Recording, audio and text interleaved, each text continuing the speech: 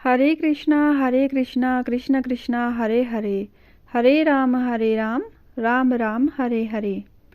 नमस्कार दोस्तों, आज की इस वीडियो में हम चर्चा करेंगे श्रीमद् भगवत गीता के 11वें अध्याय के बारे में। श्रीमद् भगवत गीता के प्रथम 10 अध्याय मैंने अपने चैनल पर अपलोड कर दिए हैं। डिस्क्रिप्शन बॉक्स में दिए गए लिंक पर जाकर आप उन सभी अध्यायों का श्रवण कर सकते हैं। तो आइए 11वें अध्याय का श्रवण करते हैं। अर्जुन ने कहा, हे भगवान, मुझ पर कृपा करके अत्यंत गुप्त अध्यात्म विषयक वचन जो आपने कहे हैं उनसे मेरा मोह दूर हो गया।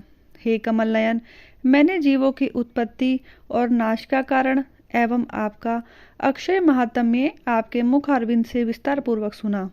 आपने जैसा अपने रूप का वर्णन किया वह आपका रूप देखने की मेरी इच्छा है।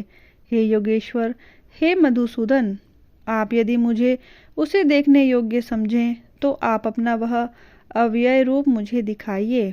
भगवान जी ने कहा, हे पार्थ, नाना प्रकार के, नाना वर्ण के और नाना आकारों के मेरे शत शत सहस्त्र सहस्त्र दिव्य रूप को देखो।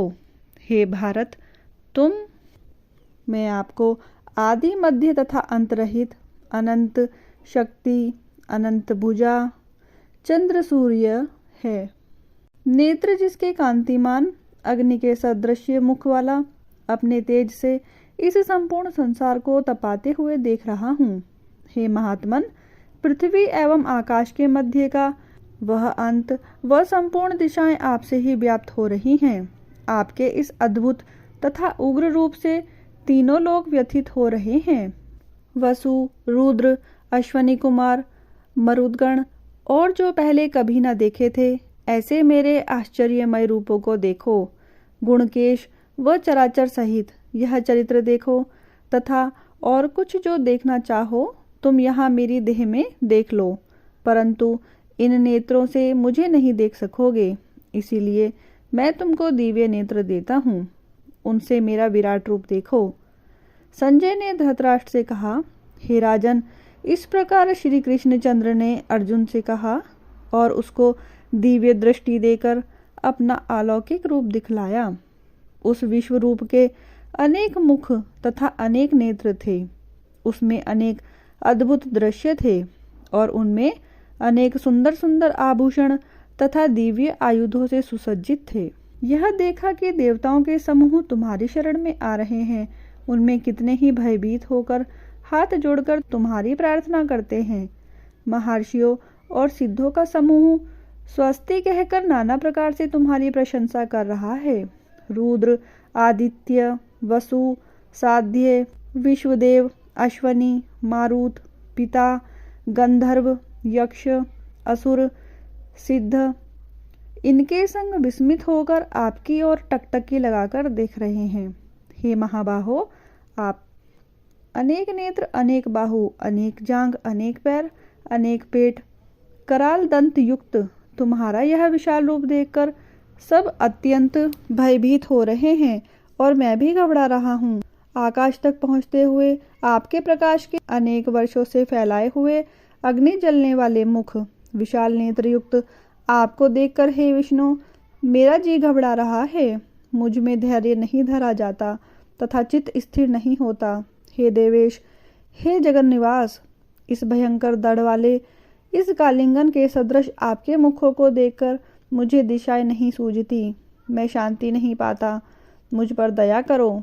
हे प्रभु, धृतराष्ट्र के दुर्योधन आदि पुत्र अपने साथ अनेक राजाओं सहित तथा भीष्म, द्रोण, कर्ण हमारी ओर के मुख्य मुख्य योद्धा बड़ी बड़ी दाढ़ों से युक्त आपके विकराल मुख में शीघ्रता से प्रवेश कर रहे हैं तथा उनसे आपके ही लोग आपके दांतों में दबकर ऐसे दिखाई देते हैं मानो उनका शरीर चूर्ण हो गया है। जैसे नदियों की अनेक धाराएं जब समुद्र की ओर बहती हैं, वैसे ही ये मनुष्य लोक के वीर आपके प्रज्वलित मुखों में प्रवेश कर रहे हैं।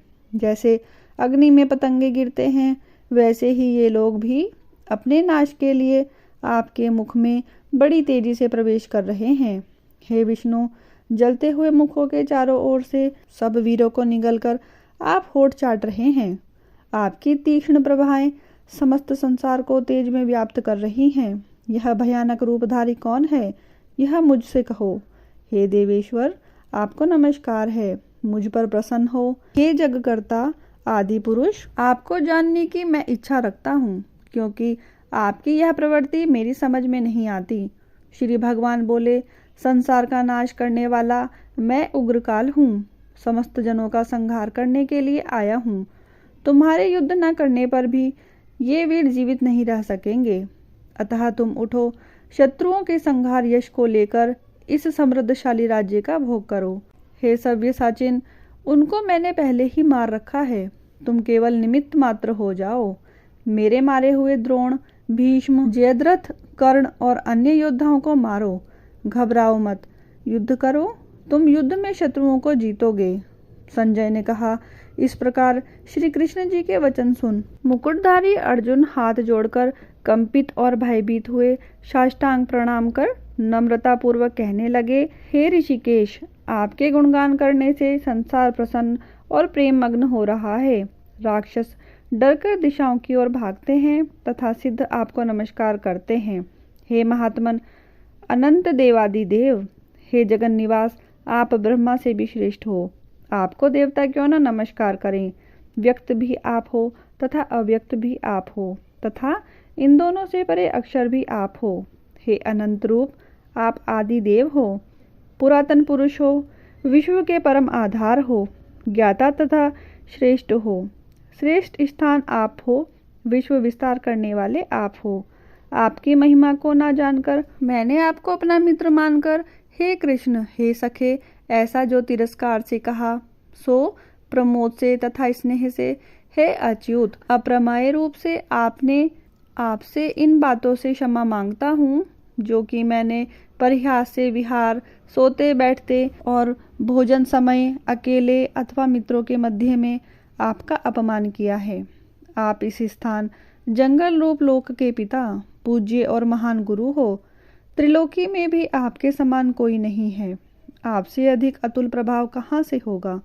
इसीलिए स्तुत्य ईश आपसे सिर झुकाकर प्रणाम करके यही प्रार्थना करता हूँ कि मुझ पर कृपा करो। हे देव, जैसे पिता पुत्र के और मित्र मित्र के, पति पत्नी के अपराध को क्षमा करता है, वैसे ही आप मेरे अपराध को क्षमा करो। हे देव, जो पहले कभी नहीं देखा ऐसा आपका रूप देखकर मैं प्रसन्न हूँ, परंतु भय से मेरा मन व्याकुल है, इसीलिए वही पहला रूप मुझको दिखाओ तथा हे देवेश, हे जगन निवास, आप प्रसन्न हो जाओ। हे सहस्त्रबाहु, हे विश्वमूर्ति, मैं फिर आपको वही किरीट, गदा और हाथ में चक्र धारण किए हुए देखना चाहता हूँ। श्री कृष्ण भगवान ने कहा, हे अर्जुन, मैंने प्रसन्न होकर यह तेजोमय अनंत आग विश्व रूप अपने योग के प्रभाव से तुमको दिखलाया है, जिसको तुम्हारे अतिरिक्त इससे पहले किसी ने नहीं देखा। मेरा एक भयानक रूप देखकर तुम व्याकुल और मूढ़ न हो। भय त्याग, प्रसन्नचित होकर फिर तुम मेरा वही रूप देखो। संजय ने कहा। इतना कहकर श्री कृष्ण ने फिर चतुर्भुज और सौम्य रूप धारण कर श्री कृष्ण ने अर्जुन को, जो भयभीत था, धीरज बंधाया। अर्जुन ने कहा, हे जनार्दन, आपके इस सौम्य दिव्य मंगल रूप को देखकर अब मैं प्रसन्नचित हूँ। श्री कृष्ण बोले, हे पार्थ, मेरा जो विश्व रूप तुमने देखा है, इसका दर्शन संभव नहीं। देवता भी उस रूप की आकांक्षा करते हैं। हे अर्जुन, जैसा मेरा रूप तुमने देखा है, ऐसे रूप को वेदाध्ययन, तप, दान व यज्ञादि कर्म द्वारा देखना भी असंभव है। जो कोई मनुष्य मेरी ही भक्ति के लिए कर्म करते हैं, मुझको ही सर्वोत्तम मानते हैं, मुझ में ही भक्ति रखते हैं, सब सांसारिक सुखों से मुड़ चुके हैं, संपूर्ण प्राणी मात्र से वैर त्याग चुके हैं, वे ही मुझको प्राप्त कर सकते हैं। बोलिए श्री कृष्ण भगवान की जय। मेरे माधव मुरारी की जय। आइए अब जानते हैं 11वें अध्याय का महात्म्य। श्री भगवान जी बोले, हे लक्ष्मी, अब 11वें अध्याय का महात्म्य सुन। एक तुंगभद्र नामक नगर था, जिसके राजा का नाम सुखानंद था। वह श्री लक्ष्मी जी नारायण की सेवा बहुत करता था। वहाँ एक ब्राह्मण, बड़ा धन्य पात्र विद्वान पंडित रहता था। उस ब्राह्मण का नियम था, वह नित्य श्री गीता जी के 11वें अध्याय का पाठ करता था, और राजा भी नित्य श्री लक्ष्मी नारायण की सेवा करता था और पाठ भी नित्य श्रवण करता था। ऐसे ही सेवा करते करते बहुत काल व्यतीत हुआ। एक दिन राजा घर को गया। उस दिन बहुत से अतीत देशांतर फिरते फिरते उस नगर को आए। अतीतों ने राजा से जगह मांगी। राजा ने बड़ी हवेली खुलवा दी। यहाँ अतीत उतरे। राजा ने सीधा दिया। रसोई कर अतीत बड़े प्रसन्न हुए और अमृत तुल्य वचन बोले। राजा उनके दर्शन को गया। राजा का बेटा भी साथ गया था और कई भृत्य भी साथ थे। राजा उस हवेली में आया और जो महंत था उसके साथ राजा बातचीत करने लगा और राजा का पुत्र खेलने लगा। वहाँ एक प्रेत रहता था। उस प्रेत ने राजा के पुत्र को मारा। चाकरों ने राजा को खबर की। राजा यद्यपि सेवा व कथा श्रवण करता था, परंतु पुत्र के मोहवश राजा के मन में दुर्बुद्धि आ गई। राजा बोला, हे संत जी, आपका दर्शन हमको बहुत फला है। एक पुत्र था, वह भी प्रेत ने मार दिया। तब संत बोले, हे राजन, चलो देखें कहाँ है तेरा पुत्र। राजा, ब्राह्मण, महंत सभी वहां आए जहां राजकुमार मरा पड़ा था। तब ब्राह्मण ने कहा, अरे प्रेत, तू इस लड़के पर कृपा दृष्टि कर, जिससे यह लड़का जी उठे और मैं तुझे श्री गीता जी के 11वें अध्याय का पाठ सुनाता हूँ। तू उसे श्रवण कर, इससे तेरा कल्याण होगा। अब तू पिछले जन्म की बात कह। तब प्रेत बोला, मैं पूर्व जन्म में ब्राह्मण था, इस ग्राम के बाहर हल जोतता था। तब एक दुर्बल विप्र आया, सो उस खेत में गिर पड़ा। उसके शरीर से रुधिर निकला। तब एक चील ने उसका मांस नोच खाया। मैं बैठा देखता रहा। मेरे मन में दया न आई जो विप्र को चील से छुड़ा दूं। इतने में एक विप्र आया। उसने यह देख मुझसे कहा, अरे हल जोतने वाले विप्र, तेरा काम चांडाल जैसा है। अरे निर्दयी, तेरे खेत के पास विप्र का मांस चील तोड़ खाती है और तू आंखों से अंधा है जो उसे छुड़ाता नहीं, अतः तू मेरे शाप से प्रेत योनि पावेगा। तब मैंने उसके चरण पकड़कर कहा, मेरा उद्धार कैसे होगा। उस विप्र ने कहा, जब तुमको कोई गीता जी के 11वें अध्याय का पाठ सुनावेगा तब तेरा उद्धार होगा। प्रेत अपनी कथा कह चुका। तब विप्र ने राजा से पूछा। राजा ने कहा, इसका उद्धार कीजिए और मेरे बेटे को जीवित करिए। तब पंडित जी ने गीता जी के 11वें अध्याय का पाठ करके प्रेत पर जल छिड़का, जिससे प्रेत ने अधम देह से छूटकर देव देही पाई और राजा का पुत्र भी सजीव हो गया। सजीव हो प्रेत देही में श्याम सुंदर चतुर्भुज रूप हो गया। स्वर्ग से विमान आए, उसमें बैठकर वह प्रेत स्वर्ग को गया। राजा का पुत्र भी गीता के 11वें अध्याय का पाठ सुनने से श्री नारायण जी का भक्त हुआ। तब उस ब्राह्मण से राजा ने भी गीता के 11वें अध्याय का पाठ श्रवण किया। इस प्रकार वह राजा परम गति का अधिकारी हुआ। बोलिए मेरे श्री नारायण भगवान की जय, माता महालक्ष्मी की जय। आशा करती हूँ कि मेरी यह वीडियो आपको पसंद आई होगी। अगर आपको यह वीडियो पसंद आई है तो आप इसको लाइक करें, शेयर करें और मेरे चैनल को सब्सक्राइब करना ना भूलें। धन्यवाद।